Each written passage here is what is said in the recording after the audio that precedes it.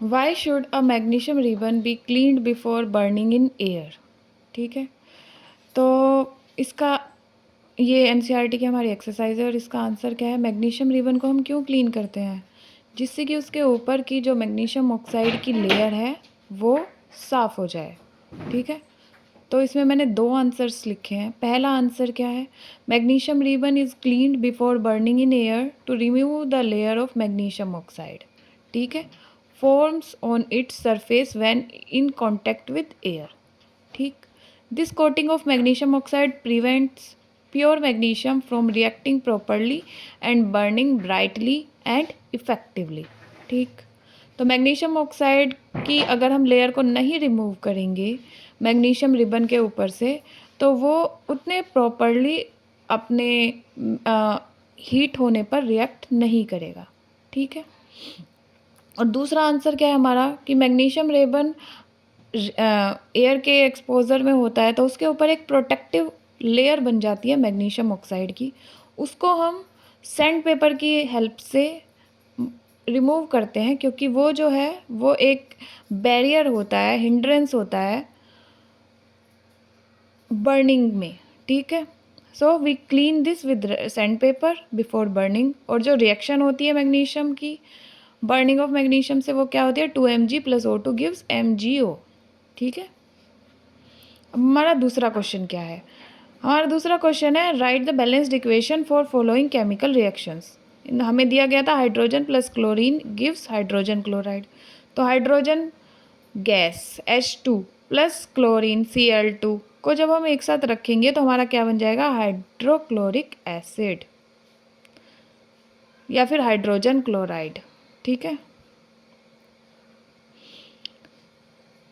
Barium chloride और aluminium sulphate BaCl2 और Al2SO4 को जब हम रिएक्ट कराएंगे तो क्या बनेगा हमारे पास, बेरियम सल्फेट और AlCl3। ये हमारी रिएक्शन हो जाएगी। इसमें एल्यूमिनियम का क्लोराइड हो जाएगा और बेरियम का सल्फेट बन जाएगा। ठीक है,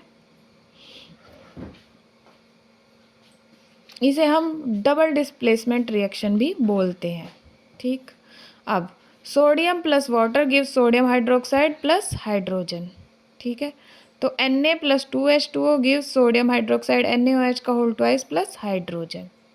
ठीक है, इसके लिए भी हमने एक बैलेंस्ड इक्वेशन लिख दी। अब नेक्स्ट क्या है हमारा, right the balanced chemical equations with state symbols for the following reaction. Solution of barium chloride and sodium sulfate in water react to give insoluble barium sulfate and the solution of sodium chloride।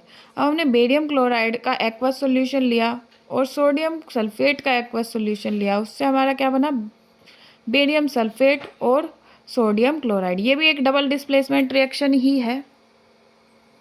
ठीक है, अब इसमें हमने balancing कैसे करी, हमारा Ba है, barium है, यहाँ पर एक है, इधर भी एक है, तो इसको हमें बैलेंस करने की ज़रूरत नहीं है।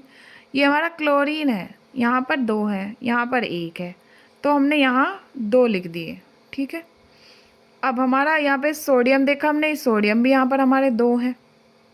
ठीक, और इधर भी 2 ही हो गए हैं, तो ये बैलेंस्ड है। और SO4 हमारा 1 है, इधर भी 1 है, तो ये पूरी की पूरी इक्वेशन अब बैलेंस हो गई है।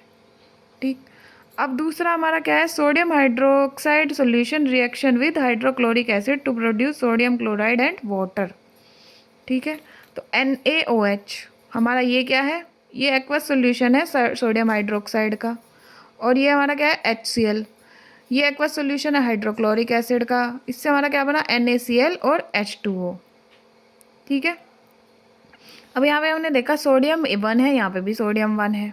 ठीक, ऑक्सीजन यहाँ 1 है, यहाँ पे भी ऑक्सीजन 1 है, हाइड्रोजन यहाँ 1 है और एक यहाँ पर है, तो ये भी 2 है और ये यहाँ पे भी 2 हो गया।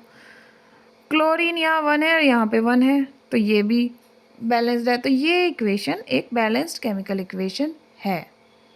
ठीक है, थैंक यू।